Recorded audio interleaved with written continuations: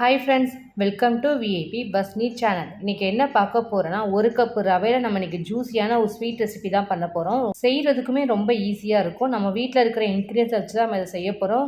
வீடியோஸை ஸ்கிப் பண்ணாமல் பாருங்கள். அப்போ தான் நான் இன்றைக்கி எப்படி பண்ணுறேன் உங்களுக்கு தெரியும். ஃபஸ்ட் டைம் சேனலில் பார்க்குறீங்களா அப்படின்னா சப்ஸ்கிரைப் பட்டனை கொஞ்சம் கிளிக் பண்ணிக்கோங்க.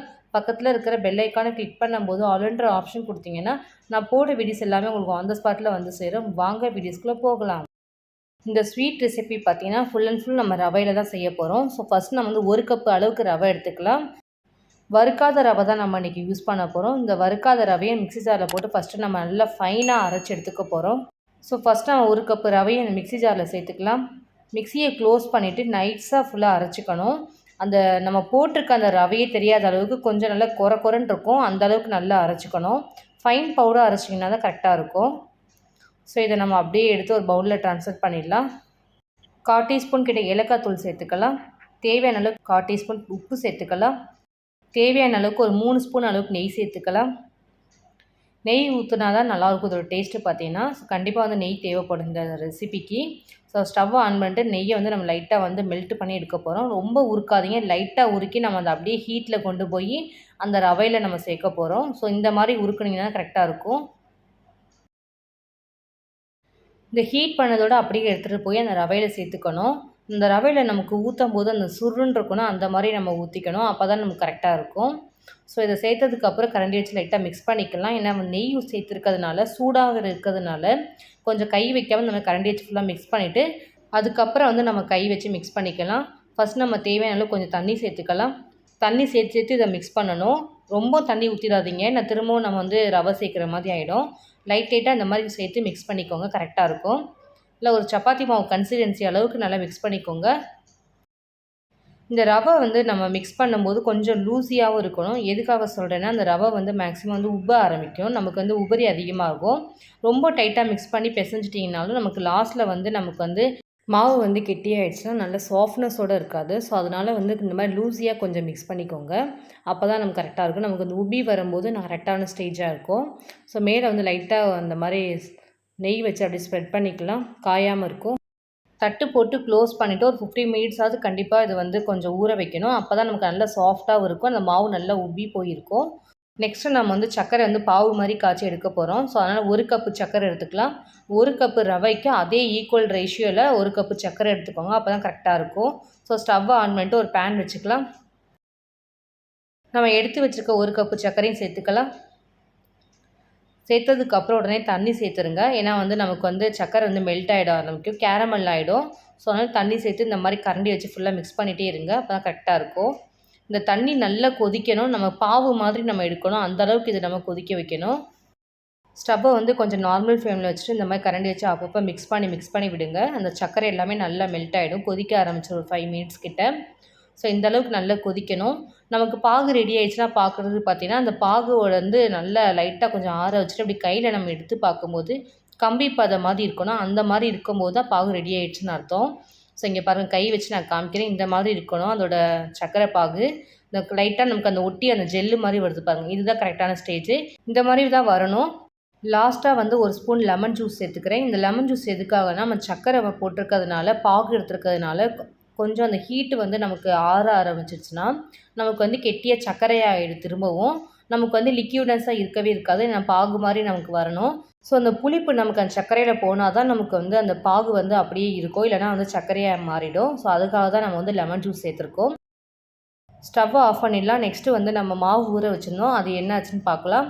15 மினிட்ஸ் கிட்ட ஆகிடுச்சு. எனக்கு கொஞ்சம் குவான்டிட்டி கொஞ்சம் எக்ஸஸ் ஆகிருக்கு, பார்த்தீங்கன்னா தெரியும். நல்லா உப்பி போயிருக்கு, நல்லா சாஃப்டாகவும் இருக்கும். நம்ம மிக்ஸ் பண்ணி பிசையும் போது ஃபஸ்ட்டுக்கு நம்ம பண்ணும்போது செகண்ட் ஆஃப் பண்ணும்போது இன்னும் நல்லா சாஃப்டாகிடும் இந்த ரவை எல்லாமே. ஸோ நெக்ஸ்ட்டு நம்ம என்ன பண்ண போகிறோன்னா இந்த மாவு வந்து 2ஆக டிவைட் பண்ணி பிரிச்சுக்க போகிறோம். இந்த மாதிரி சப்பாத்தி கட்டையில் 2ஆக பிரிச்சுக்கோங்க. பிரித்ததுக்கப்புறம் ஒரு பாதியை மட்டும் தான் நம்ம யூஸ் பண்ணி இப்போ நம்ம பண்ண போகிறோம். செகண்ட் ஆஃப் பாதியை அந்த பவுலில் நம்ம மாற்றிட்டு அதே மாதிரி தட்டு போட்டு மூடிடணும். ஏன்னா மாவு காஞ்சிரும், அப்புறம் வந்து நமக்கு ஸ்வீட் பண்ணுறது சரியாக வராது. இப்போ நம்ம வந்து அந்த சப்பாத்தி கட்டையில் லைட்டாக நெய்யை அப்ளை பண்ணிக்குவோம். கையிலேயும் நெய்யை அப்ளை பண்ணிவிட்டு இந்த மாவை வந்து நல்லா திரட்டிக்கணும், ஃபுல்லாக கையிலே திரட்டணும். ஸோ இந்த மாதிரி ஃபுல்லாக ஸ்ப்ரெட் பண்ணிக்கலாம். ஸ்ப்ரெட் பண்ணிவிட்டு இந்த கிளாஸ் ஏதாவது இருந்துச்சுன்னா நம்ம அச்சு மாதிரி பண்ணி ஃபஸ்ட் நம்ம எடுக்க போகிறோம். கரெக்டாக எல்லாமே ஒரே ஷேப்பில் இருக்க மாதிரி நம்ம அச்சு எடுக்கணும். சப்போஸ் உங்களுக்கு வேறு ஏதாவது இருந்துச்சுன்னா கூட நீங்கள் அதில் கூட அச்சு எடுத்துக்கலாம். எனக்கு வந்து கிளாஸ் இருந்ததுனால நான் கிளாஸ் வச்சு நான் யூஸ் பண்ணிக்கிறேன். அதுவும் நம்ம வீட்டில் எல்லாத்துக்குமே வந்து கிளாஸ் வந்து அவைலபிளாக இருக்கும். அது நமக்கு ஈஸியாகவும் இருக்கும். மீதி இருக்கிற மாவை நம்ம அதே பாத்திரத்திலே எடுத்து நம்ம சேர்த்து அதையும் மூடி வச்சிடலாம். இப்போ நம்ம வந்து லைட்டாக வந்து ஒவ்வொரு அந்த மாவுலேயுமே நம்ம வந்து நெய் அப்ளை பண்ணிக்கலாம். இந்த மாதிரி நெய்யை ஃபுல்லாக அப்ளை பண்ணதுக்கப்புறம் நம்ம வந்து ஃபோக் ஸ்பூனால் வந்து ஃபுல்லாக ஹோல்ஸ் போட்டுக்கலாம். இந்த ஹோல்ஸ் எதுக்காக அப்படின்னா பூரி மாதிரி உப்பாமல் வரும். நமக்கு பண்ணுறதுக்கு கொஞ்சம் நல்லாயிருக்கும். அப்போ தான் நமக்கு பார்க்குறதுக்கும் அந்த சாப்பிட்றதுக்கும் நல்லாயிருக்கும். இல்லைனா வந்து உப்பி போயிருக்கும். லைட்டாக வந்து மைதா மாவு கொஞ்சம் லைட்டாக ஸ்ப்ரெட் பண்ணிக்கலாம். ஸ்ப்ரெட் பண்ணதுக்கப்புறம் நம்ம வந்து சர்க்கிள் மாதிரி எடுத்து வச்சுக்கோங்க பாருங்கள். அந்த மாவு வந்து நம்ம அப்படியே இந்த மாதிரி ஒரு கையில் வந்து ஃபுல்லாத்தையும் அதை மடித்து விட போகிறோம். ஈக்குவலாக மடிக்காதீங்க. இந்த ஷேப் நமக்கு வராது. இந்த மாதிரி ஒரு மாதிரி ஃபஸ்ட் லேயருக்கு அப்புறம் அந்த இன்னொரு தடவை மடித்து விட்டிங்கன்னா கரெக்டாக இருக்கும். ஸோ மடித்து விட்டதுக்கப்புறம் அது கொஞ்சம் லைட்டாக வந்து இந்த கொஞ்சம் அப்படியே கையாலே கொஞ்சம் தேய்ச்சி விடுங்க. திரும்பவும் நம்ம லைட்டாக மாவு போட்டுக்கணும். அதே மாதிரி வந்து கொஞ்சம் நெய்யை கொஞ்சம் அப்ளை பண்ணிக்கணும் ப்ரெஷ்ஷால். ஈக்குவலாக எல்லாத்துலேயும் இந்த மாதிரி பண்ணிகிட்டே இருக்கணும். அப்போ தான் நமக்கு வந்து லேயர் லேயராக வர ஆரம்பிக்கும். திரும்பவும் அதை மடித்து விட்டு கையால் வந்து திரும்பவும் ஸ்ப்ரெட் பண்ணிக்கலாம். ஃபுல்லாக அதை 2 கார்னரையும் கொஞ்சம் நல்லா க்ளோஸ் பண்ணிவிடுங்க. இல்லைன்னா பிரிய ஆரம்பிச்சிடும் நமக்கு ஆயிலில் போட்ட உடனே. இந்த மாதிரி ஷேப்பு நீங்கள் பண்ணிக்கலாம். இல்லை வேறு ஏதாவது உங்களுக்கு ஐடியா இருந்துச்சுன்னா நீங்கள் அந்த மாதிரி ஷேப் கூட யூஸ் பண்ணிக்கலாம். ஸோ நான் வந்து இந்த மாதிரி இன்றைக்கி நான் பண்ணி காமிக்கிறேன். ஸோ ஆல்மோஸ்ட் நம்ம வந்து ஷேப் பண்ணி முடிச்சாச்சு. லைட்டாக மேலோட்டமாக வந்து மைதா மாவு கொஞ்சம் ஸ்ப்ரெட் பண்ணிக்கலாம். இப்போ நம்ம வந்து ஆயில் ஊற்றி நம்ம அதில் பொரிச்சு எடுக்க போகிறோம். பேன் நல்லா ஹீட் ஆகட்டும். தேவையான அளவு கொஞ்சம் ஆயில் சேர்த்துக்கலாம். நம்ம பொரிச்சு எடுக்கிறதுனால கொஞ்சம் நிறையவே சேருங்க. அப்போ தான் நமக்கு கரெக்டாக இருக்கும். ஆயில் நல்லா ஹீட் ஆகிடுச்சான்னு பார்த்துட்டு நம்ம எடுத்து வச்சுருக்க அந்த ஷேப்பை எல்லாத்தையும் நம்ம ஒன்று ஒன்றா ஆயிலில் சேர்த்துக்கலாம். ஆயில் ஹீட் ஆனதுக்கப்புறம் சேருங்க. அப்போ தான் நமக்கு நல்லா ஃப்ரை ஆகி வரும். அதே மாதிரி சேர்த்ததுக்கப்புறம் அடுப்பை ஃபுல்லாக ஸ்லோ பண்ணிவிட்டு இந்த மாதிரி ஸ்லோவிலே வச்சு பொரிச்சு எடுங்க. உள்ளே ஃபுல்லாக நமக்கு குக் ஆகும். நமக்கு லேயராக பிரிஞ்சு வரும். நமக்கு அழகாகவும் இருக்கும் அந்த ஷேப். அப்போ தான் லைட்டாக வெந்ததுக்கப்புறம் 2 நிமிஷம் கழித்து கரண்டியை இந்த மாதிரி போட்டு இந்த மாதிரி ஃபுல்லாக மிக்ஸ் பண்ணி விடுங்க. இந்த ஸ்வீட் ரெசிபி செம்மையாக இருக்கும். டேஸ்ட்டு சூப்பராக இருக்கும்.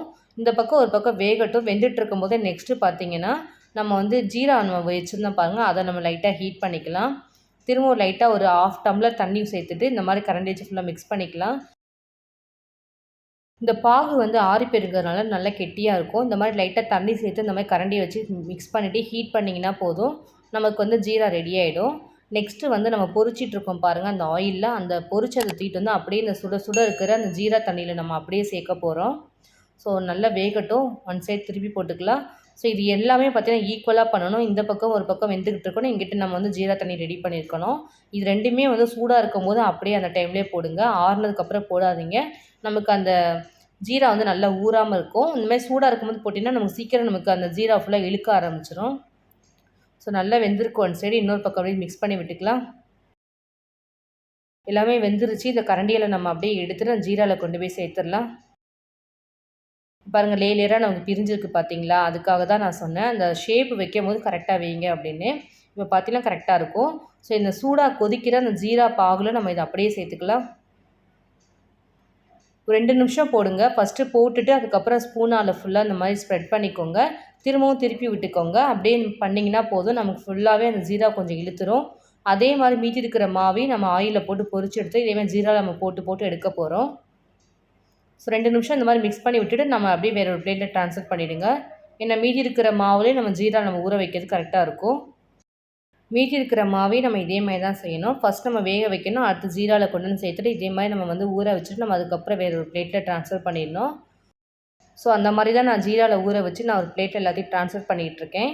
கண்டிப்பாக அந்த ரெசிபியை நீங்கள் மறக்கவே மாட்டீங்க. ஒன்ஸ் சாப்பிட்டீங்கன்னா சூப்பராக இருக்கும். வீட்டுக்கு வர கெஸ்ட்டுக்கு இந்த மாதிரி ஒரு ஸ்வீட் ரெசிபி செஞ்சு கொடுங்க. ரவையை வச்சுன்னு சொன்னீங்கன்னா நம்பவே மாட்டாங்க. சூப்பராக இருந்துச்சு சொல்லுவாங்க. இதை நான் உடச்சி காமிக்கிறேன். எவ்வளோ ஜூஸியாக இருக்குன்னு பாருங்கள் நீங்களே. இன்றைக்கி என்னோடய ஸ்டைலில் உங்களுக்கு நான் 1 கப்பு ரவையில் நான் ஜூஸியான ஒரு ஸ்வீட் ரெசிபி செஞ்சு காமிச்சிருக்கேன். கண்டிப்பாக நீங்கள் உங்கள் வீட்டில் ட்ரை பண்ணி பார்த்துட்டு டேஸ்ட் எப்படி இருந்துச்சு கமெண்ட் செக்ஷனில் சொல்லுங்கள். என்னோடய வீடியோஸ் உங்களுக்கு பிடிச்சிருந்துச்சுன்னா லைக் பண்ணுங்கள், ஷேர் பண்ணுங்கள், கமெண்ட் பண்ணுங்கள், சப்ஸ்கிரைப் பண்ணுங்கள். பக்கத்தில் இருக்கிற பெல் ஐக்கானை கிளிக் பண்ணிவிடுங்க. Thank you friends.